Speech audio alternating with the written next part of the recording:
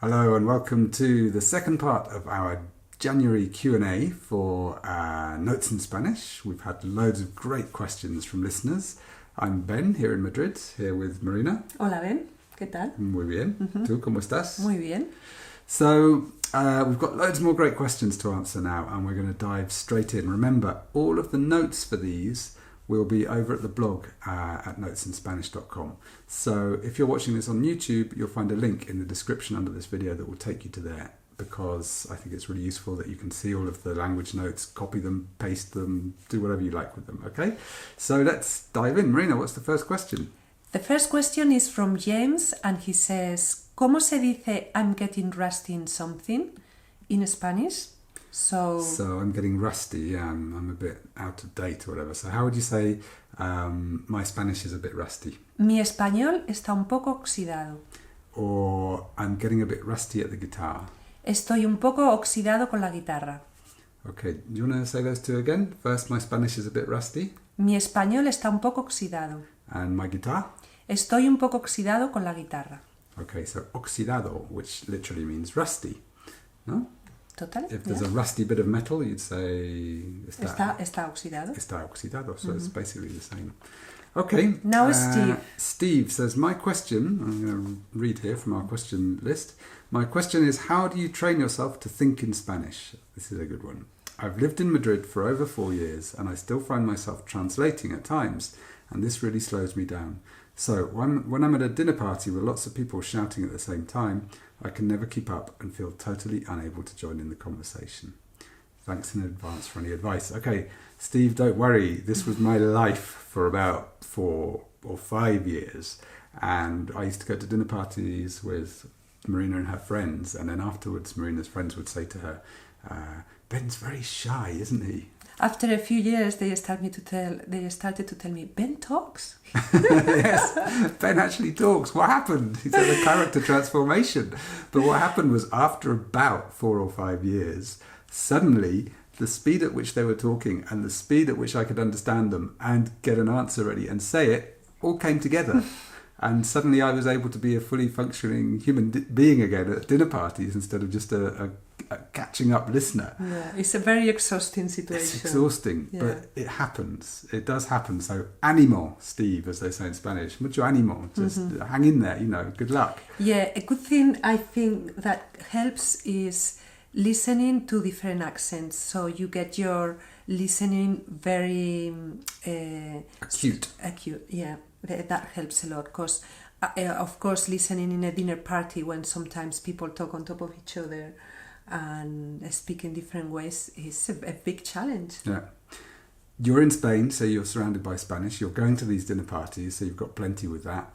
I'd say just any other way that you can just fill your life with more Spanish than English will speed the process up. So, watching more Spanish TV and films than ones in English, maybe listening to the radio a lot whenever you can, listening to podcasts in Spanish, whatever you can to just fill your life with Spanish as much as possible. Force yourself to think in Spanish when you can. Just try it out, having conversations with yourself in your head in Spanish. It will all help. And one day it just clicks and you can't explain why, but you notice and it's incredible. So, and this applies to everybody who's learning Spanish, not just if you're living here full time. Just immerse yourself. And these clicks, they're incremental, but they happen and they're wonderful. So stick with it and good luck. Good luck. You're nearly there, clearly. Okay, next question, Marina. Next question is from Anne. She says, I work in a school with a few English language learners whose first language is Spanish. I know there is another colloquial way to say it's your turn besides es su turno. Is it something... It's something like le toca a ti, but is that grammatical? Okay, so grammatically correct. Is it grammatically correct to say le toca a ti? No? Okay, if you use the usted form, you have to use it all the way through. So it would be le toca a usted. Yeah, so it wouldn't be le toca a ti, porque le is usted form and ti is you form. Exactly. So it would be te toca a ti or le toca a usted. So in Spain and in a classroom situation, it would be much more common to say which one. Te toca a ti, yeah. Use the to form. Yeah. Maybe this is not the case because we don't know where she's based exactly or where are her students from. But in Spain, you would use definitely the to form. Te toca a ti. Te toca a ti in a class, yeah. And she also gave the example, es su turno, because that would be the same. That would be formal. Su, it's the third person, so it's usted. But es tu turno. Yeah, you could use. But it would be more common to say te toca a ti, no? Both. Yeah, it's more colloquial, te toca a ti, and it's maybe more used, but both are perfectly correct, and you can use them either way, yeah. Okay. No problem. She's got a second part to the question which says, and incidentally, do you have any suggested children's songs that would be well known to Spanish-speaking children? I guess this depends on the age of the kid, but for young kids, we've got plenty of examples. Okay, we've taken a few of the classical Spanish songs. Yeah. Now you can find many... Classic, not classical, that's more like classical music. Okay, classic. The classic ones like Susanita tiene un ratón. Susanita tiene un ratón. El barquito chiquitito. Yeah, I'm not going to sing that ¿Quieres one. cantar? No. Debajo de un botón. Or Al corro de la patata. Yeah. These should come with a kind of health warning because they get stuck in your head for months. So be careful, especially Susanita tiene un ratón y debajo de un botón, ton, ton, da, da, da, da, da, da. So be careful. You can find them all on YouTube, and young kids... Together with many others, more maybe recent. Yeah. I googled canciones para niños in YouTube, or I YouTube searched canciones para niños, and you get immediately las 30 canciones más fantásticas para niños, and half an hour of earache. Okay, no, half an hour of good Spanish stuff. Right. Anthea, I have a question about different ways of saying I'd like to do this. For example, tengo ganas de hacer eso, or me gustaría hacer esto. I'd be pleased to do this. Me alegra, me apetece, me encanta, estaría feliz. I know all these phrases exist, but I don't have much sense of the nuance of each, and sometimes wonder if I sound too eager or too formal. I wonder if you could put these various phrases in some kind of intensity or order of politeness, so I could use the right ones in the right context. First of all, I just wanted to, before we answer that, just wanted to say a great Spanish word. You said you didn't have much sense of the nuance of each. I didn't know the word nuance. Marina didn't know the word nuance, but do you know what it is in Spanish? Anybody? You get about 1,000 points for this if you do. It is... Matiz. Matiz. M-A-T-I-Z. It's a lovely word, yeah. Or it's in the plural, matices, and the Z becomes a C. Matiz, matices. So that's a great word. So to answer your question, first of all, there's one that didn't fit in, wasn't there, Marina?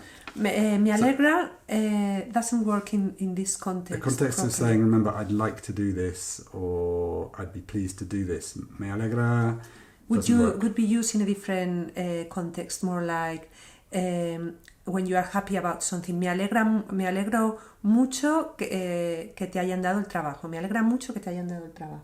Yeah, so I'm really pleased that you've got the job, but it's not really to do with I want to do something. Okay, so, well... We've used an example, we've picked up an example and used it all the way through with the different possibilities. So it would be, I'm pleased, or I like to go to the cinema. I'd like to go to the cinema. So, ir al cine. I'd like to go to the cinema. So we can see it with an example, yeah. Tengo ganas de ir al cine. Tengo ganas de ir al cine. Or me gustaría ir al cine. Me gustaría ir al cine. Me apetece ir al cine. Me apetece ir al cine. So all of these are equivalent, really. Yeah. We can't put them in an order of more formal, less formal, more common, less common. They're all equivalent. You can use them across the board. Yeah, and they express the active desire to go to the cinema. Yeah.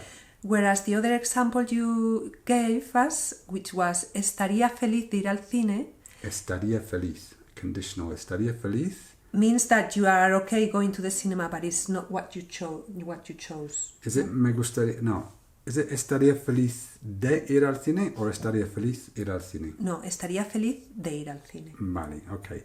So I wouldn't mind going to the cinema. That would be okay. So that's like, It's Someone okay says, for me. What do you feel like doing? You know, well, estaría feliz de ir al cine. Like, oh, that would be all right. It's more that someone else proposed it and you are okay with it, Yeah. but it's not your active desire. It's not It's as... a tiny bit less. Sorry, No, I interrupted you. you're very polite. It's a tiny bit less active, or Yeah. the desire is a tiny bit smaller. So, tengo ganas de ir al cine is much more direct, more active on your part. Or me gustaría ir al cine, or me apetece ir al cine. Yeah. And finally, two other ones. Me encanta ir al cine. Well, you say them. Sí.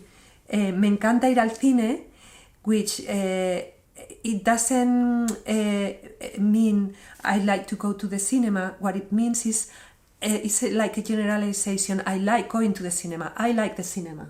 Yeah. It doesn't fit in this case. For it to fit, we would have to change the form of the verb, and we would use me encantaría ir al cine. Yeah. I'd love to go to the cinema, or I'd like to go to the cinema. So there's a difference. Me encanta ir al cine means I love going to the cinema in general. Me encantaría ir al cine is I'd love to go to the cinema today. Okay.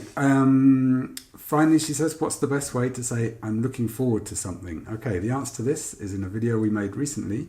If you search for our video, and again I'll link to it in the notes that go with this video, we've got a video that's called Expressing Enthusiasm and Excitement in Spanish. So do check that out.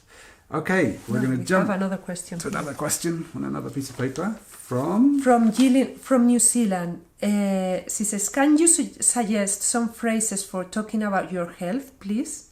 In English, we have phrases like under the weather, feeling lousy, a box of birds for feeling great. She says this might be a New Zealandism, I'm not sure. a New Zealandism, yeah. A box of birds I've never heard, so it must be a New Zealandism, but I think it's great.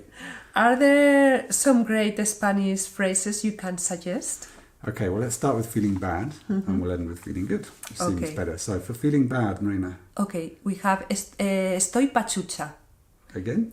Estoy pachucha, Okay. which means I'm a bit ill, but not terribly ill. I'm feeling a bit under the weather. Yeah, Yeah. not too bad, but not great. Okay. Exactly. You cannot. My favourite is coming up next. Favourite. This is just wonderful. This is a very classic phrase as well, Yeah. which would be no estoy muy católica. I'm not, so literally, I'm not very Catholic, Yeah. which means I'm not feeling great. Yeah. This phrase I first heard when we went to visit one of Marina's aunts on her farm near Aranjuez, and we went to get some eggs from the chickens, and one of the chickens was looking a bit well, not that healthy, to be honest, and your aunt said, esa gallina no está muy católica. And I was like, what? That chicken isn't very Catholic. That's fantastic. So there you Yes, go. it's from an older generation, maybe, But if this you want to use expression, it, but you know, I take phrases from an older generation in Spanish that I love and I use them because I just makes me happier to this is a good one. Yeah. to use Spanish that I love. So you can use it if you like it. So if you are feeling terribly ill, you would use estoy hecho un trapo. It means I am made a rag, the kind of rag that you Use for cleaning. use for cleaning. Yeah, I'm a dishcloth. The dishcloth is not a trapo, es un No, paño. okay, un paño is a dishcloth, trapo is just a rag, yeah, a cleaning rag. Okay, do you want to say it again? Estoy hecho un trapo, or estoy fatal. It's a good one, estoy fatal. Literally, I am fatal. You know, it sounds like that you're not going to be around for much longer, but it just Fatal means means too bad. It I'm doesn't feeling mean. terrible, really terrible. Yeah. It's funny to hear your My what you get. On. literal translations. Yeah, I am fatal. Okay, if you feel good, you could use estoy pletórico, Pletórico. full of energy. Okay, that's when you really are just bursting with energy in life. You're just, you know, completely energetic. We looked up this pletórico. Where does it come from? Well, it comes from plethora, Yeah. and plethora had two meanings which are related to this phrase, or could be related. One is that there is an excess of blood in the body. Yeah. So when you've got an excess of blood in the body is when you're feeling like super hyperactively fantastic. Or the other one is that you are abundant, or you have abundance of something. Abundance of energy in this case, yeah. So both can. So Feel. estoy pletórico. And estoy en plena forma. I'm on top form. Yeah, estoy en plena forma. So Jill, thank you for that. Or estoy a tope.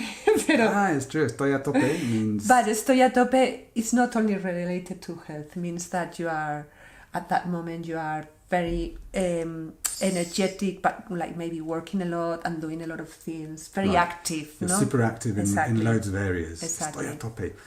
If some friend tells you, today I've written 10,000 words of my book, and then I went to the gym, and after that I cycled 5 miles, and then I picked up the kids and went shopping, and I've just finished a 3,000 word jigsaw puzzle, and then you might say, madre mía, estás a tope. Is that right? Perfect. Okay, so thank you, Jill, for that, and thank you for Box of Birds, which I've never heard, for feeling great in English.